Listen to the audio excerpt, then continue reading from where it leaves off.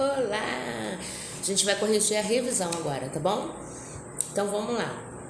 Antes de qualquer coisa, vamos dar uma relembrada aí, tá? Conceito de frase, né? Frase não necessariamente é estruturada em torno de um verbo, né? Isso é oração, tá?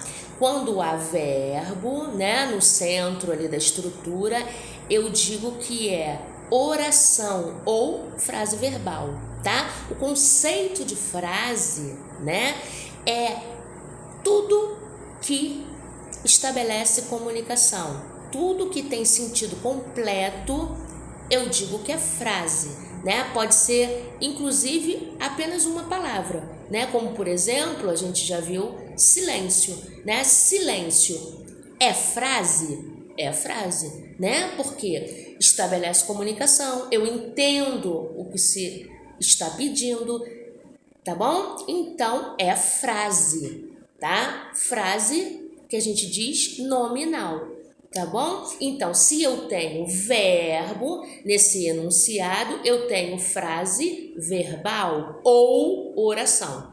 A mesmíssima coisa. Tá legal? Só para a gente começar aqui, na número 1 da nossa revisão, analisar frases e identificar aquelas que também são oração, tá bom? Então a gente vai primeiro dizer se é frase. É frase? Estabelece comunicação? Tem sentido completo? Então é frase, tá? E se é frase do tipo nominal ou verbal, que é a oração, tá bom? Então vamos lá.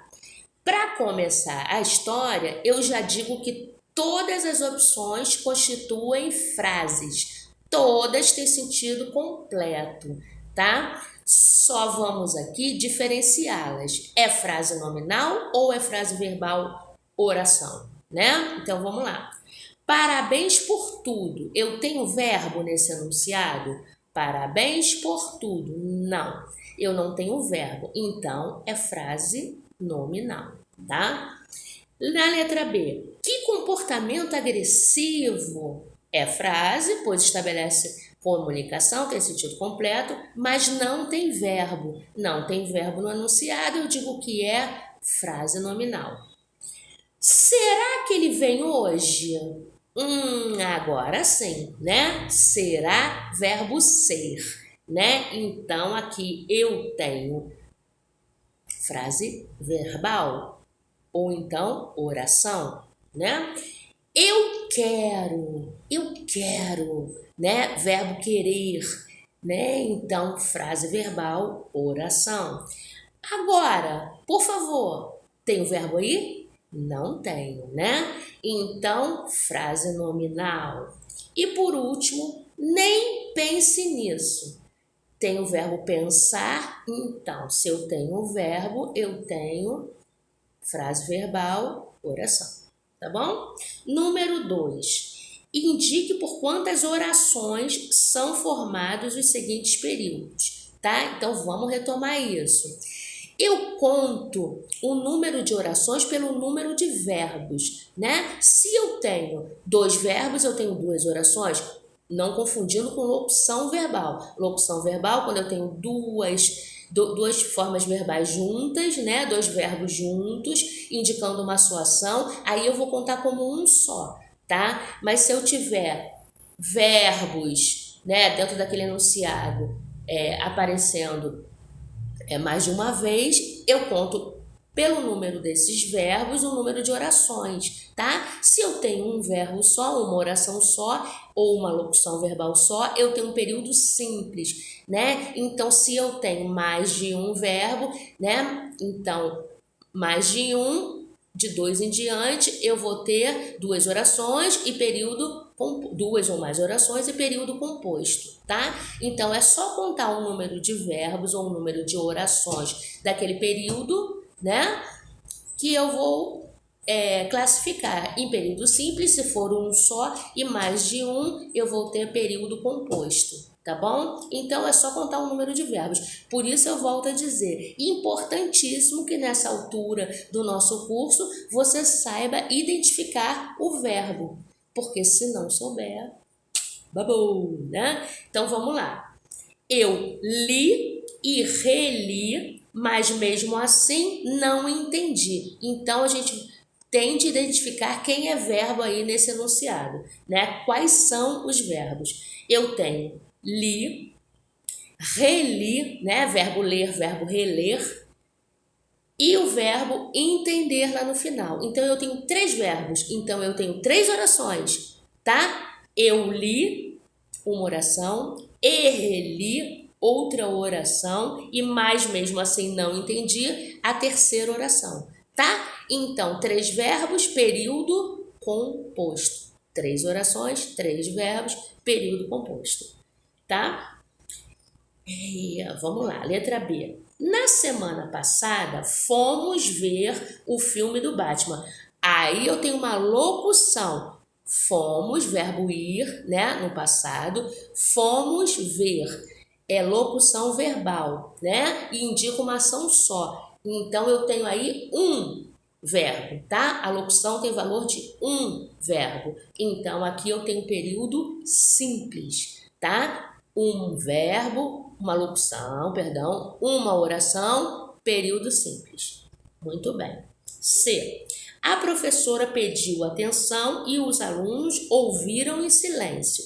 A professora pediu, verbo pedir, primeiro verbo. E os alunos ouviram, verbo ouvir, em silêncio. Tenho 2 verbos, tenho 2 orações, tenho período composto. Letra D, de dado. A minha vizinha me emprestou esse livro. Verbo emprestar é o único verbo do enunciado. Eu tenho verbo emprestar, então tenho um verbo, uma oração, período simples. Letra E. Desejo que você concretize todos os seus desejos e seja feliz para sempre. Vamos lá. Desejo, verbo desejar. Concretize, verbo concretizar. Seja, verbo ser. Então eu tenho desejar, concretizar e desejar outra vez. Eu tenho 3 verbos, eu tenho 3 orações, portanto, período composto. Tá bom? Qualquer dúvida, vai lá no WhatsApp, anota o que não entendeu, vai lá no WhatsApp, se quiser no privado, no grupo da escola e tire suas dúvidas que a gente tem avaliação amanhã, tá? Então vamos lá. Aqui eu peço para você completar as frases utilizando palavras paroxítonas. Vamos lá. Última forte, oxítona. Penúltima forte, paroxítona. Antepenúltima, sempre começando lá atrás, né? De trás para frente, né? Não podemos confundir essa história. Não mais, tá? Última oxítona, penúltima paroxítona e antepenúltima proparoxítona. Já sabemos de antemão, para matar essa história, que toda proparoxítona, quer dizer, antepenúltima sílaba forte, é acentuada, tá? Cômodo, árvore, tá? Então, sempre a proparoxítona vai levar acento. Fechou. A paroxítona, ela segue algumas regras que a gente está vendo exatamente nesse bimestre, tá? Então, aqui eu quero que você complete as lacunas com palavras paroxítonas, tá? Com a penúltima sílaba forte. E aí, que faça sentido, né? Então, vamos lá. Não mais copos. Já contamos o suficiente para o jantar, tá? Eu coloquei compre como sugestão. Compre, né? Com a sílaba forte é uma paroxítona. Não compre mais copos. Claro que cabem aqui outras palavras, mas aí você vai ter que me dizer se tiver dúvida, né? Caso você tenha dúvida ainda na classificação quanto à sílaba tônica, tá? Eu quero uma paroxítona, desde que faça sentido, tá? Sugestão, compre. Sempre que vejo, né? Outra paroxítona, penúltima forte, vejo. Aquela paisagem, faço excelentes trabalhos de fotografia. Se você colocou outra e tem dúvida, fala comigo lá no privado. No decorrer da palestra, anunciou e, finalmente, minha candidatura para deputado. Eu coloquei oficializo, tá? Foi essa paroxítona que eu escolhi, tá bom? Na letra D, falo, foi essa palavra, a paroxítona que eu escolhi. Falo para não ir embora antes de almoçar. Entretanto, do que adianta falar, tá? Letra E e última aqui do exercício. Eu coloquei basta, né? Basta. Basta e não há mais o que falar. Já temos ali um grande equívoco. Muito bem. 4. Marque a alternativa em que a palavra mantém acento gráfico de acordo com a ortografia vigente. Tá bom? Lá no novo acordo ortográfico, acordo esse que já tá velho, né? Eu perdi o acento dos ditongos abertos, né? Do acento aberto, alguns, né? Eia, de ideia, né? Então, algumas coisas aqui, ó, palavra ideia, esses acentos diferenciais, né? De pelo, substantivo, né? Pelo do animal e pelo, preposição. Eu perdi esse acento diferenciativo e aí algumas mudanças ocorreram. Segue a intimação de que vocês busquem, pesquisem, façam um quadrinho, quais as mudanças, né, que ocorreram nesse último acordo ortográfico, tá? Então, o ditongo escarcel, né, o ditongo da palavra escarcel, o ditongo final, ele não perdeu o acento, tá? Então ela segue acentuada.